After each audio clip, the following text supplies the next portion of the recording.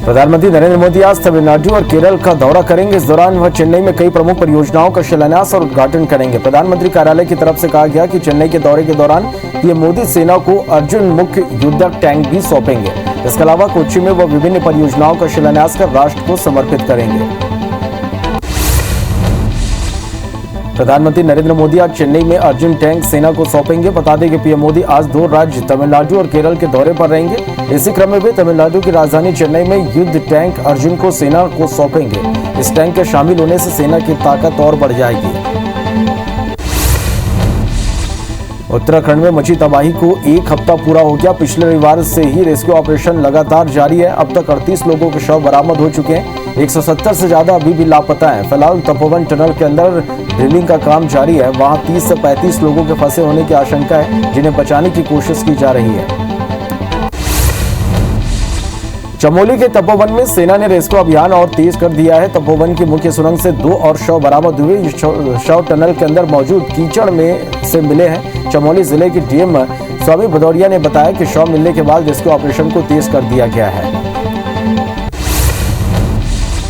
Delhi border पर किसानों के आंदोलन का आज 81वां दिन है। किसान लगातार नए कृषि कानून को वापस लेने की मांग कर रहे हैं। किसान आगे का आंदोलन और तेज करने वाले हैं। इसी क्रम में किसानों ने 18 फरवरी को रेल रोको अभियान चलाने का फैसला किया है।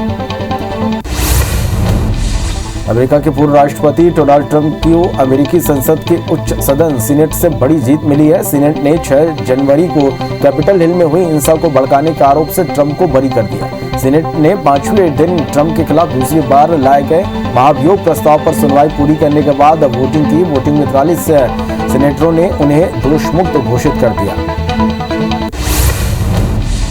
लोकसभा में जम्मू कश्मीर पुनर्गठन संशोधन विधेयक पास हो गया। इससे पहले केंद्रीय गृह मंत्री अमित शाह ने कहा कि सही समय पर जम्मू कश्मीर को राज्य का दर्जा देंगे। इसके साथ ही उन्होंने कांग्रेस पर हमला बोला और कहा कि जिनको पीढ़ियों तक शासन करने का मौका दिया वे अपने गिरेबान में झांक कर देखें कि वो किस हिसाब मांगने लायक है।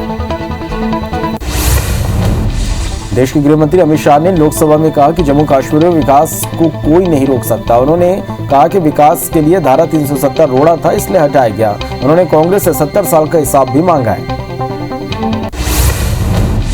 हरियाणा के रोहतक में 5 लोगों की जान लेने वाले सुखविंदर सिंह को हरियाणा का मोस्ट वांटेड घोषित कर दिया गया। 5 राज्यों की पुलिस उसे ढूंढ रही है। डीजीपी हरियाणा मनोज यादव ने आरोपी सुखविंदर की जानकारी देने वाले को 1 लाख का इनाम देने की घोषणा की है।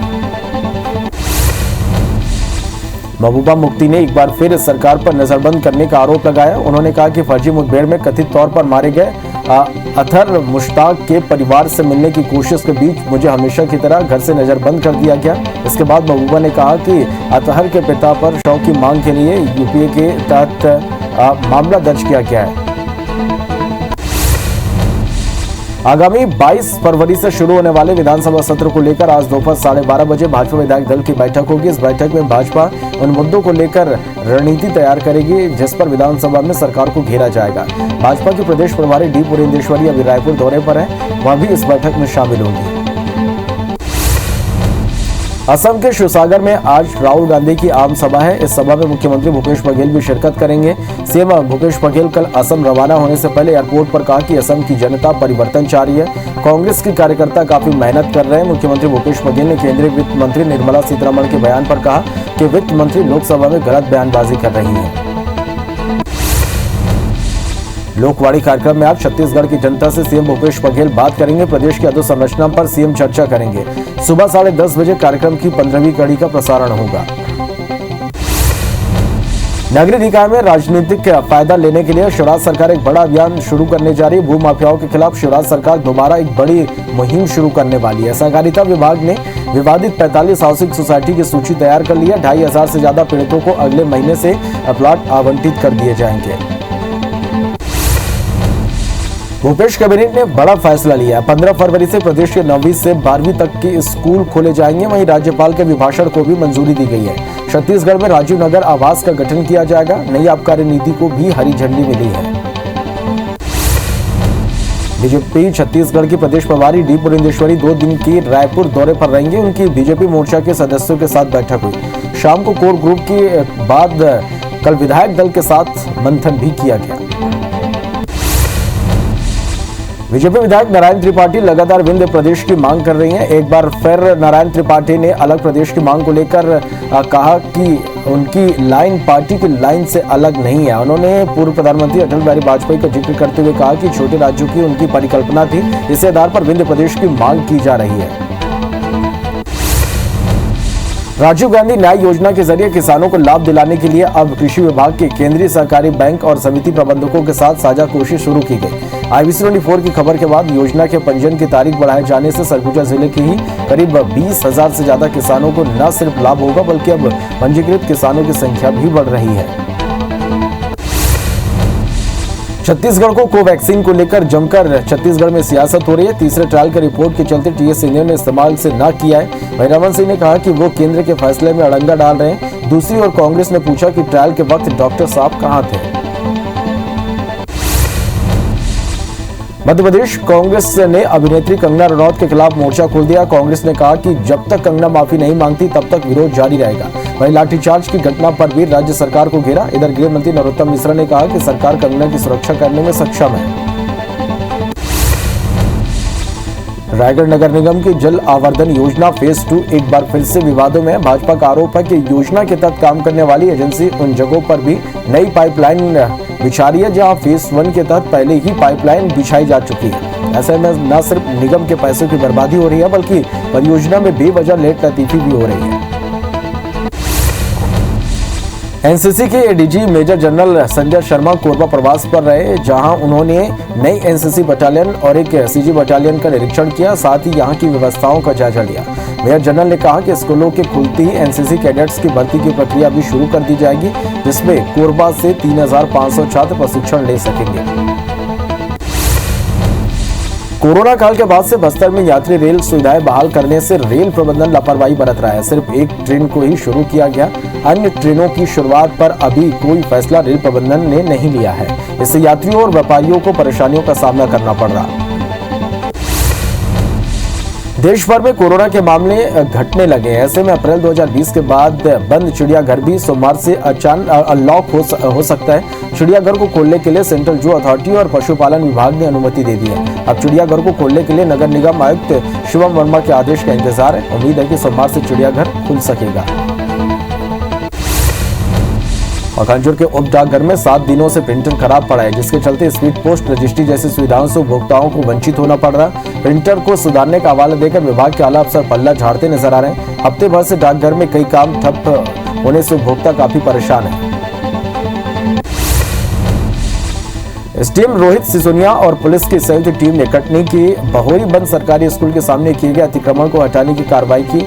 इस पर स्कूल के छात्रों ने जिला प्रशासन का आभार जताया। बहोरी बंद एसडीएम ने बताया कि कई सालों से यहाँ अतिक्रमण किए जाने की शिकायत मिल रही थी, जिसके आधार पर कार्रवाई की गई। दतिया में सहकारिता कर्मियों की हड़ताल का किसानों पर सीधा असर पड़ रहा। पिछले साल जहां 27,000 किसानों ने अपनी फसलों के लिए पंजीयन कराया था, वहीं इस साल ये आंकड़ा मात्र 4500 पर सिमट कर रह गया है। वजह साफ है कि सहकारिता कर्मचारी हड़ताल पर है। इसी कारण से किसानों के पंजीयन नहीं हो पा रहे। इसी कारण किसान परेशान है। मुरैना जिले में 70 किलोमीटर दूर सबलगढ़ में किसान महापंचायत में शामिल होने पहुंचे पूर्व मंत्री जयवर्धन सिंह ने बीजेपी पर जमकर निशाना साधा। जयवर्धन ने बीजेपी सरकार पर किसानों के प्रति गंभीर न होने की बात कहते हुए कहा कि जो कानून बनाया गया है उससे किसानों का बाहर के लोग शोषण करेंगे। कानून के खिलाफ किसान के साथ कांग्रेस भी अपना विरोध जारी रखेगी। रीवा के सुमन वाटिका में जिला पंचायत अध्यक्ष अभय मिश्रा द्वारा त्रिपुरा सुंदरी देवी की स्फटिक मणि से निर्मित श्री विग्रह की स्थापना कराई गई, जिसको लेकर 3 दिवसीय धार्मिक कार्यक्रमों का आयोजन किया गया, जो द्वारिका शारदा पीठाधीश्वर जगत गुरु शंकराचार्य स्वामी स्वरूपानंद महाराज की उपस्थिति में संपन्न होगा। आज पुलवामा हमले को 2 साल पूरे हो गए। देशवासियों के दिलों में आज भी आतंकियों के खिलाफ गुस्सा है। वहीं आज हमले के 2 साल पूरे होने पर देश में शहीद जवानों को श्रद्धांजलि दी जा रही है। बता दें कि आज ही के दिन जैश ए मोहम्मद ने सीआरपीएफ के काफिले को निशाना बनाया था। हमले में 40 जवान शहीद हो गए थे। जवानों से भरी 2 बस हमले की चपेट में आ गई थी। छत्तीसगढ़ के पहले वित्त मंत्री स्वर्गीय रामचंद्र सिंहदेव की जयंती पर बैकुंठपुर पहुंचे टीएस सिंहदेव का जोरदार स्वागत हुआ। पैलेस के निकट मवारी मैदान में स्वर्गीय सिंहदेव की समाधि पर पहुंचकर उन्हें श्रद्धांजलि दी। मंत्री ने नवनिर्मित कुमार गार्डन का लोकार्पण करते हुए स्वर्गीय सिंहदेव की प्रतिमा का अनावरण भी किया। मंत्री सिंहदेव ने सीएम भूपेश के साथ मिलकर काम करने की बात कही। अर्जुनी चुना भट्टी के पास हुए सड़क हादसे में बाइक सवार दंपत्ति की मौत हो गई। इसके बाद मुआवजे की मांग को लेकर ग्रामीणों ने जिला मुख्यालय मार्ग पर चक्का जाम कर दिया, जिन्हें तहसीलदार ने समझाइश देकर शांत कराया। पुलिस के मुताबिक खमरिया और अर्जुनी के बीच तेज रफ्तार ट्रक ने बाइक सवार दंपत्ति को रौंद दिया और अनियंत्रित होकर सड़क किनारे पलट गया। धमतरी जिले के छोटा गांव के पास कार और पिकअप वाहन में भिड़ंत हो गई। घटना में कार सवार 4 लोग घायल हो गए। घटना की जानकारी मिलती एक सवार संजीवनी मौके पर पहुंची। घायलों को इलाज के लिए जिला अस्पताल में भर्ती कराया गया है। एमपी के सिंगरौली में रफ्तार का कहर देखने को मिला, जहां एक बाइक सवार ने दूसरे बाइक सवार को ठोकर मार दी। इसके बाद सीधे सड़क के डिवाइडर से जा टकराया। हादसे में अविनाश नाम के एक युवक की मौके पर मौत हो गई, जबकि 2 लोग घायल हुए। वहीं इस हादसे का लाइव वीडियो सीसीटीवी में कैद हुआ है। धार के कोडीपुरा गांव में बीती देर रात ताड़ी पीने से 10 लोग गंभीर रूप से बीमार हो गए, जिन्हें इलाज के लिए कुक्षी स्वास्थ्य केंद्र ले जाया गया, जिसमें से 3 को बड़वानी रेफर कर दिया गया, जहां इलाज के दौरान एक की मौत हो गई। घटना की जानकारी मिलती कुक्षी पुलिस मौके पर पहुंची और मामले की जानकारी ली। फिलहाल मामले में जांच जारी है। छतरपुर में एक युवक की गोली मारकर हत्या कर दी गई। अज्ञात कारणों के चलते आरोपियों ने युवक के पैर, सिर और कंधे में गोली मार दी। इधर परिजनों ने 6 लोगों पर हत्या का आरोप लगाया। घटना मातगुआ थाना के नंदगांव की है। भोपाल के गांधीनगर थाना क्षेत्र में सिर कुचलकर महिला की हत्या के मामले का खुलासा हो गया। पुलिस ने के मुताबिक महिला की हत्या उसके पति सोनू अहिरवार ने ही की थी। आरोपी पति ने चरित्र संदेह के चलते वारदात को अंजाम दिया। बता दें कि 11 फरवरी को वीडियो कॉलोनी के खाली पड़े प्लांट में महिला का शव मिला था। छतरपुर में एसपी ऑफिस और सीएसपी ऑफिस के पीछे स्थित जंगल में आग लगने से अफरा तफरी मच गई। आग इतनी भीषण थी कि देखते ही देखते पहाड़ी में चारों तरफ फैल गई और जंगल को अपनी चपेट में ले लिया। आग की खबर लगते ही दमकल की गाड़ियां और वन अमला मौके पर पहुंचा। आग को बुझाने का प्रयास किया गया। ग्वालियर में अपहरणकर्ताओं ने एक सैनिटरी कारोबारी के बेटे को अपहरण कर लिया और घर से 8 लाख नगद, 20 तोला सोना, 1 किलो चांदी और डायमंड की अंगूठी गायब है। शताब्दीपुरम में रहने वाले कारोबारी को आसपास के जिन लोगों पर शक है वो भी अपने घरों से सामान सहित फरार है। पुलिस ने पिता की शिकायत पर मामला दर्ज कर बेटी की तलाश शुरू कर दी है। ग्वालियर में होटल पर चाय पहले लेने को लेकर विवाद हो गया। विवाद के बाद बाइक सवार युवकों ने एक युवक के घर पहुंचकर हवा में फायरिंग कर दी। घटना गुंडा गोली का नाके की है। इस तरह गोलीबारी से परिवार दहशत में है। वहीं पुलिस ने बाइक सवार युवकों के खिलाफ मामला दर्ज कर जांच शुरू कर दी है। ग्वालियर में चंबल और सिंध नदी की अवैध रेत का भंडारण कर बेचने के आरोप में पुलिस ने 5 लोगों के खिलाफ एफआईआर दर्ज किया, जिसमें से 2 लोगों को पुलिस ने गिरफ्तार कर लिया है और 4 लोग फरार बताए जा रहे हैं। अवैध रेत भंडारण को लेकर पुलिस को शिकायत मिली थी कि शताब्दीपुरम और डीडी नगर में रेत का अवैध भंडारण करके शहर में बेचा जा रहा है। शिकायत मिलने के बाद अधिकारियों ने छापामार कार्रवाई को अंजाम दिया। ग्वालियर के कंपू थाना क्षेत्र के नेहरू पार्क इलाके में एसटीएफ ने नकली नोट का कारोबार करने वाले आरोपी युवक को गिरफ्तार किया। आरोपी से 2-2 हजार के 175 नोट यानी करीब 3 लाख रुपए की रकम बरामद की गई। पकड़े गए युवक के साथ कुछ अन्य लोग भी इस रैकेट में शामिल हैं, जिनकी खोजबीन जारी है। महासमुंद विद्युत विभाग की लापरवाही के चलते करंट लगने से एक व्यक्ति की मौत हो गई, तो वहीं 3 लोग करंट लगने से घायल हो गए। मृतक के परिवार और गांव वालों ने घटना के बाद विद्युत ऑफिस का घेराव किया। मामले में जांच का भरोसा देने के बाद परिजन और ग्रामीण शांत हुए। सीहोर में 2 मासूम सगे भाई बहन का अपहरण कर लिया गया। बताया जा रहा है कि सफेद रंग की कार में आए एक महिला समेत 4 लोग उन्हें उठाकर ले गए। बच्चे के लापता होने की खबर मिलने पर पुलिस जगह जगह नाकेबंदी कर रही है। अतिरिक्त पुलिस अधीक्षक मौके पर पहुंची और पुलिस उन्हें बरामद करने की कोशिश कर रही है। स्टॉक मार्केट में भारी मुनाफा का लालच देकर ठगी करने वाले गिरोह का खुलासा हुआ है। भोपाल साइबर क्राइम पुलिस ने 1 करोड़ रुपए की ठगी कर चुके गिरोह का पर्दाफाश किया। स्टॉक मार्केट के नाम पर ठगी के लिए गिरोह एक कॉल सेंटर का भी संचालन करते थे। 4 मुख्य आरोपी पुलिस के हत्थे चढ़ गए हैं। फिलहाल पुलिस को अन्य प्रदेशों में गिरोह के नेटवर्क की तलाश है। सिंगरौली पुलिस ने जिले में 2 कबाड़ कारोबारियों को गिरफ्तार किया, साथ ही उनके पास से भारी मात्रा में अवैध कबाड़ जब्त किया गया। पुलिस के मुताबिक जब्त कबाड़ में रेल की पटरी सहित स्थानीय कंपनियों से चोरी हुआ कीमती सामान शामिल है। पुलिस की माने तो यह कबाड़ माफिया स्थानीय कंपनियों से सामान चोरी करते थे और अलग अलग जिलों में बेच देते थे। प्रेम के पर्व वैलेंटाइन डे पर राजधानी रायपुर में कड़ी सुरक्षा व्यवस्था की गई। शहर के सभी पार्क, मॉल समेत सभी सार्वजनिक जगहों और पर्यटन स्थलों पर करीब 200 से अधिक पुलिस बल को तैनात किया गया है। सुरक्षा बल की टीम विरोध करने वालों समेत असामाजिक तत्वों पर नजर रखेगी। साथ ही सभी थानों की पेट्रोलिंग टीम को गश्ती बढ़ाने के निर्देश भी दिए गए। इधर भोपाल में वैलेंटाइन डे को लेकर पुलिस ने अपनी तैयारियां पूरी कर ली है। सड़कों पर आज जगह जगह सघन चेकिंग होगी। शहर के सभी भीड़ भाड़ वाले पॉइंट पर पुलिस बल तैनात रहेगा। सैर सपाटा, VIP रोड, लेके वेन्यू, मनु आबान, टेकरी समेत पार्क और सार्वजनिक स्थानों पर महिला पुलिस बल भी तैनात रहेगा। गरियाबंद में 2 दिवसीय अखिल भारतीय वॉलीबॉल प्रतियोगिता का आयोजन किया जा रहा है, जिसका शुभारंभ नगर पालिका अध्यक्ष गफ्फार मेमन ने पहले बॉल पर शॉट लगा करके। इस प्रतियोगिता में छत्तीसगढ़ के अलावा अन्य राज्यों की कुल 8 टीमें अपना जौहर दिखाएगी, जिसका पहला मैच महिला रायपुर सिटी और महिला रायपुर पुलिस के बीच हुआ, जिसमें महिला रायपुर सिटी ने जीत हासिल की। आगामी सत्र से शुरू होने जा रहे कोरबा मेडिकल कॉलेज में चिकित्सा शिक्षा के साथ जिले के मरीजों को इलाज की बेहतर सुविधा मिल सकेगी। भवन के लिए जिला कौशल प्रशिक्षण केंद्र का चयन किया गया। रायपुर से आई टीम ने भवन का निरीक्षण कर सहमति दे दी है। अब भवन को खाली कराया जा रहा है।